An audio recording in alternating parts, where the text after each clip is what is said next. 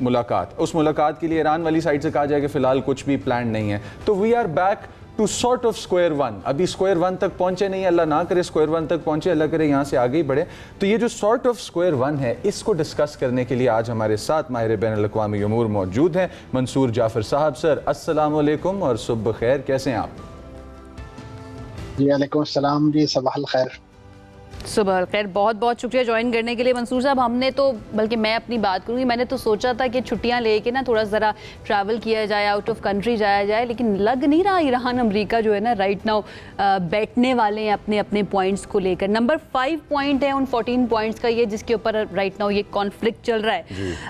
क्या मामलात यही हैं जो नज़र आ रहे हैं या इसके पीछे और भी कुछ है?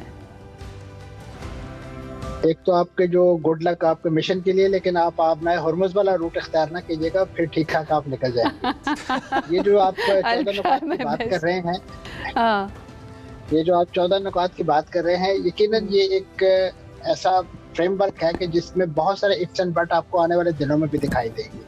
अभी सरदस्त जो कज़िया खासतौर पे इस वक्त आपने हुर्मुज़ के हवाले से पैदा हुआ है, उसकी बुनियाद आपके इल्म में है कि इस वक्त ईरान अपनी सॉवरेनिटी पर मुसर है इस अपने टेरिटोरियल बॉर्डर की वजह से। लेकिन इस्तेमाल अपना जो पुराना एजेंडा है, जो स्पॉइलर के तौर पे हमेशा वो इस्तेमाल करता है, वो है डिवाइड एंड रूल। यहाँ पे ईरान की कोशिश थी कि ओमान को इस बात पे ऑन बोर्ड लिया जाए और इस पूरे आबना हुर्मुज़ का जो कलेक्टिव कंट्रोल है उसके लिए कोई मैकेनिज्म डेवलप किया जाए। लेकिन ओमान जो है वो किसी दबाव के तहत इस वक्त खासतौर पर फ्रांस में भी उनके मुज़ाकरात हो रहे हैं। मैक्रोन साहब के साथ उनके जो सुल्तान ऑफ ओमान है वो इस वक्त दौरे पर है वहाँ पे। मकसद ये है कि वो उस तरफ से, यानी जो नॉर्थ से साउथ वाली साइड जो ओमान के पास है, वो उसे ओपन करना चाहते हैं या करवाना चाहते हैं वेस्ट, ताकि ये जो बल्क है बहुत ज़्यादा ये निकल सके और ईरान की जो सॉवरेनिटी है वो उसके एंड पे कॉम्प्रोमाइज़ हो जाए। वो टेल जिस पर वो बहुत ज़्यादा इतराते हैं, वो बहुत ज़्यादा उसको एक सिक्योरिटी चेक पॉइंट समझते हैं, उस पर उनका कंट्रोल खत्म हो जाए और एक मुतबादल आबना हुर्मुज़ के अंदर ही क्रिएट कर दिया जाए। ईरान इस चीज़ को अपने लिए बहुत बड़ा चैलेंज समझता है। यही वजह है कि जिन सिंगापुरियन जहाज़ के आपने जिक्र किया, उस पर उन्होंने एक मिसाइल दागा, अगरचे वो हिट नहीं हुआ उसे, लेकिन बहरहाल वो ट्रैफिक जो है वो डिसरप्ट होगी वहाँ पे। अच्छा, एक मारूजी सवाल है मेरा यहाँ पे मंसूर साहब, आपने जो बड़ा अच्छा पॉइंट बताया है, और ये जो ओमान वाली बात है कि स्ट्रेट ऑफ हुर्मुज़ के अंदर ही ईरान की सॉवरेनिटी या उसका जो कंट्रोल है उसको कॉम्प्रोमाइज़ करने की कोशिश है। क्या ओमान अपने तौर पर उस पैसेज को नहीं खोल सकता जिसके खोलने की बात हो रही है, या फिर वो भी डिपेंड करता है ईरान के ऊपर कि अगर ईरान नहीं चाहेगा तो वो नहीं खुलेगा? ये ओमान किस तरह से फिर बाउंड है? ये वो खोला उन्होंने, यही मैं अर्ज कर रहा हूँ ना कि उन्होंने माजी में कुछ जहाज़ों को वहाँ से गुजारा है, अलाउ किया है। लेकिन इस वक्त, इससे पहले जो मुज़ाकरात हो रहे थे ईरान के और ओमान के, और ख़ासतौर पे इनके आपस में कुछ विजिट्स भी हुए थे, उसमें यही था कि कलेक्टिव मैकेनिज्म डेवलप किया जाए जिसके तहत अभी 60 दिनों तक किसी किस्म का कोई टैरिफ, कोई किस्म का टोल ना लगाया जाए, लेकिन आने वाले दिनों में वहाँ पे कुछ इंतजामी नौइयत फैसिलिटेशन के लिए यकीनन इन मुल्कों के पास ये राइट होगा, जिस तरीके से बाकी वाटरवेज पे लोग चार्ज करते हैं, कोई वहाँ टग बोट्स लगाते हैं, कुछ इस नौइयत की चीजें लगाते हैं। थोड़ा सा ना इसको रेट्रोस्पेक्ट में लेके चलते हैं इसको ज़रा हम।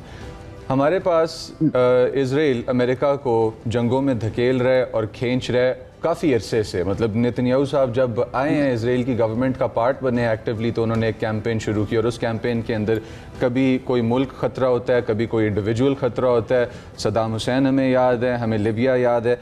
अब हमें यहाँ पे ये 14 नुकात जिस पे अमेरिका भी एक टाइम पे आके थोड़ा सा फ्लेक्सिबिलिटी दिखा रहा था, इन बातों का सक्सेसफुली एक अच्छे कंक्लूसिव एंड तक पहुंच जाना इजराइल के लिए और इजराइल की स्कीम के लिए कितना बड़ा थ्रेट है? और क्या इजराइल चाहेगा कि यहाँ पे फुट सोल्जर्स की जंग चलती रहे आपस में, beat Lebanon, beat Iran? यकीनन इस वक्त जो इस जंग का, जैसे आपने पहले भी जिक्र किया हुआ है, इस जंग का अगर कोई प्लानर है, एग्जीक्यूशनर है या बेनिफिशरी है, वो सिर्फ और सिर्फ इसराइल है। बाकी सारी दुनिया लूजर है बशमूल अमेरिका के। और इस वक्त नेतन्याहू का जो सियासी मुस्तकबिल है वो इस जंग या इस खित्ते में बदअमनी के साथ जुड़ा हुआ है। और ख़ास तौर पे जो अमेरिका में उनकी जो सपोर्ट है, जो इंतहा पसंद यहूदी हैं या वहाँ पे जो कट्टर इवेंजलिस्ट क्रिश्चियंस हैं, उनकी जो सपोर्ट है, जो उनकी फाइनेंशियल सपोर्ट है, वो उन्हें उसी सूरत मैसर आ सकती है कि वो इस रीजन के अंदर ब्लड शेड करें, क्योंकि उनका एक मजहबी अकीदा है कि इस पूरे रीजन में जब तक खून रेजी नहीं होगी, तबाही और बर्बादी नहीं होगी, उस वक्त तक हजरत ईसा का नज़ूल इस इलाके में नहीं हो सकता। तो ये एक मजहबी अकीदे के तौर पे इसको ले, यही वजह है कि इस जमीन को एक प्रॉमिस लैंड के तौर पे वो एक्वायर करना चाहते हैं, और फिर इसी हवाले से फर्दर इसमें एक्सपेंशन जो है वो एक अपना बिब्लिकल राइट समझते हैं। तो लिहाजा ये कोई सियासी जद्दोजहद नहीं है, जमीनी जद्दोजहद नहीं है, ये बाकायदा एक मजहबी जंग इस वक्त रूप इख्तियार कर चुकी है। एक और चीज़ को मेंशन करना बहुत ज़्यादा ज़रूरी है।